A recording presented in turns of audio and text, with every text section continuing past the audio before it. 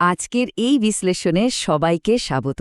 কৃষিবাজারে সার কিনতে গেলে একটা অদ্ভুত আর বেশ ব্যয়বহুল রহস্যের মুখোমুখি হতে হয় আমাদের, তাই না? আজ আমরা সেই রহস্যেরই জট খুলতে যাচ্ছি। চলুন কথা না বাড়িয়ে সরাসরি মূল আলোচনায় ঢোকা যাক আর দেখা যাক ঠিক কেন একই সারের জন্য পকেট থেকে অযথাই বেশি টাকা বেরিয়ে যাচ্ছে। সারের দামের বিভ্রান্তি বড় একটা চিন্তার বিষয়।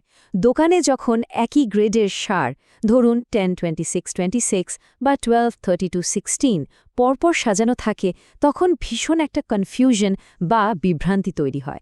রাসায়নিক সংকেত তো একদম এক, কাজও এক হওয়ার কথা, কিন্তু দাম জিজ্ঞেস করলেই চক্ষু চড়ক গাছ।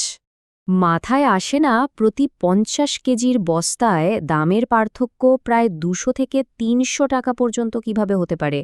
মানে ভাবুন তো, সার একই, উপাদান একই, অথচ দামের বেলায় এত বিশাল ফারাক। এই প্রশ্নটার উত্তর খুঁজতে গেলেই কিন্তু আসল গুমোটা ফাঁস হয়ে যায়। ফ্যাক্টরি বনাম ইম্পোর্ট করা সার। আচ্ছা, চলুন বিষয়টা একটু গভীরে গিয়ে দেখা যাক। দামের এই পার্থক্যের কারণ জিজ্ঞেস করলেই দোকানদার অবধারিতভাবে দুটো নাম বলবেন। একটা হলো ফ্যাক্টরি সার, যেটার দাম বেশি, আর অন্যটা হলো ইম্পোর্ট বা আমদানিকৃত সার, যেটা তুলনামূলক সস্তা। আসল ব্যাপারটা লুকিয়ে আছে এরা কোথা থেকে আসছে তার উপর। ইম্পোর্ট সার বলতে আমরা বুঝি যেটা বিদেশ থেকে একদম সম্পূর্ণ তৈরি অবস্থায় সরাসরি আমাদের দেশে আসে, শুধু বন্দরে আনলোড করে প্যাকেটজাত করে সোজা বাজারে।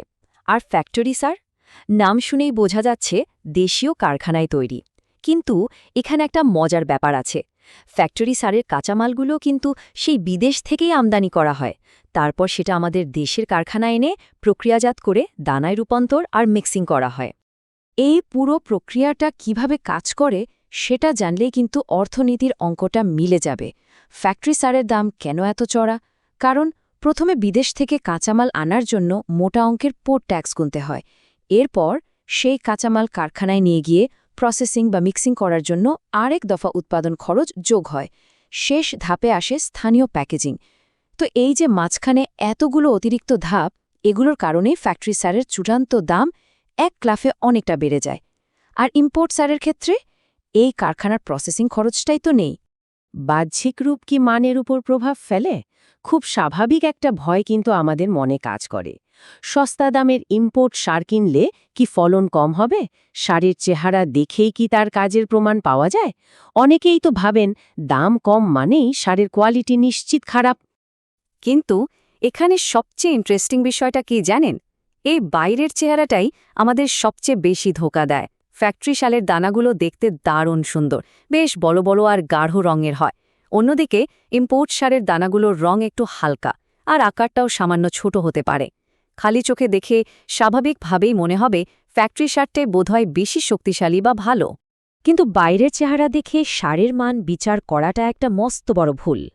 রাসায়নিক উপাদানের দিকে একটু নজর দিলেই জলের মতো পরিষ্কার হয়ে যাবে যে দুটো সারের রাসায়নিক অনুপাত হুবহু এক।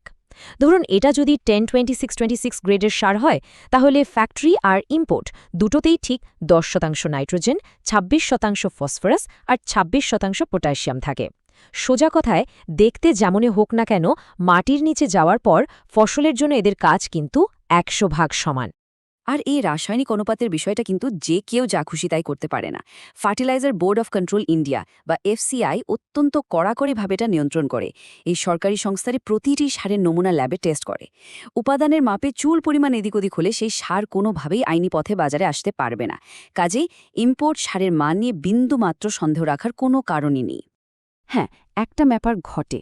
অনেক সময় বস্তা খোলার পর দেখা যায় ইম্পোর্ট সারের দানাগুলো একটু জমাট বেঁধে বা দলা পেকে আছে।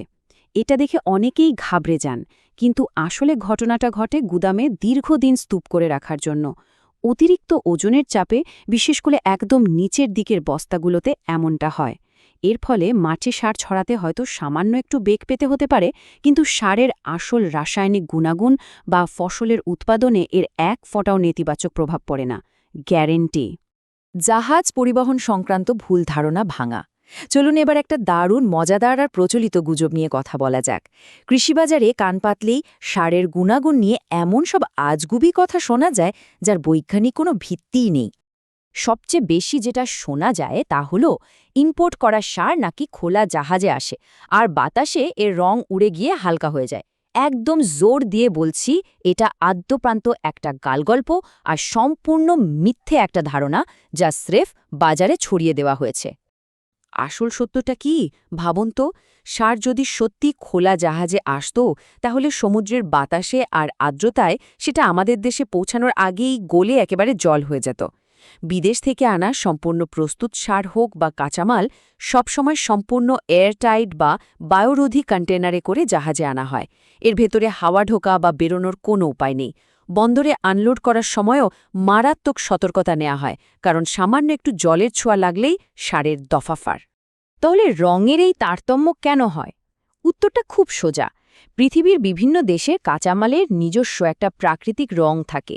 কোনো দেশের কাঁচামাল হয়তো একটু গাঢ় রঙের হয়, আবার অন্য কোনো দেশের কাঁচামাল দেখতে হালকা বা একটু সাদাটে হয়। সারের রং হালকা হওয়া মানেই যে তার শক্তি কমে গেছে বা রং উড়ে গেছে এমনটা মোটেও নয়।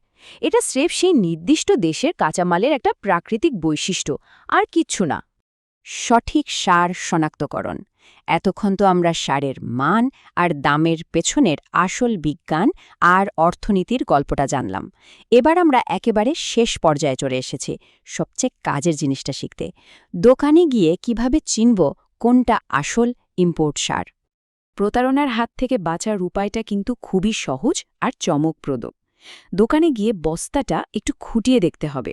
50 কেজির বস্তাটার একদম নিচের দিকে নজর দিন। সেখানে ইংরেজিতে স্পষ্টভাবে ইম্পোর্টেড কথাটি ছাপা আছে কিনা সেটা খুঁজে বের করাটা একদম মাস্ট।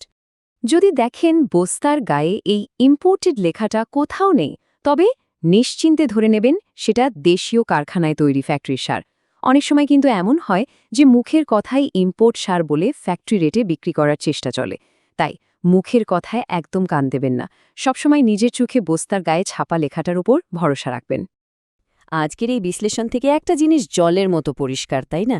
ইম্পোর্ট সার আর ফ্যাক্টরি সারের রাসায়নিক উপাদানে বিন্দুমাত্র কোনো পার্থক্য নেই। অতিরিক্ত দাম দিলেই যে ম্যাজিকের মতো ভালো ফলন হবে, এই ধারণার আসলে কোনো ভিত্তি নেই। দুটো সারেরই রাসায়নিক উপাদান সম্পূর্ণ এক। তাহলে ভাবুন তো, এই আসল সত্যিটা জানার পর আগামীতে সার কিনতে গেলে বাজারের অভিজ্ঞতা কতটা বদলে যাবে? সঠিক তথ্য জানা থাকলে শুধু যে প্রতারণা থেকে বাঁচা যায় তা নয়, বরং অনেক বেশি বুদ্ধি করে হিসেব কষে চাষাবাদ করা যায়। আজ এ পর্যন্তই।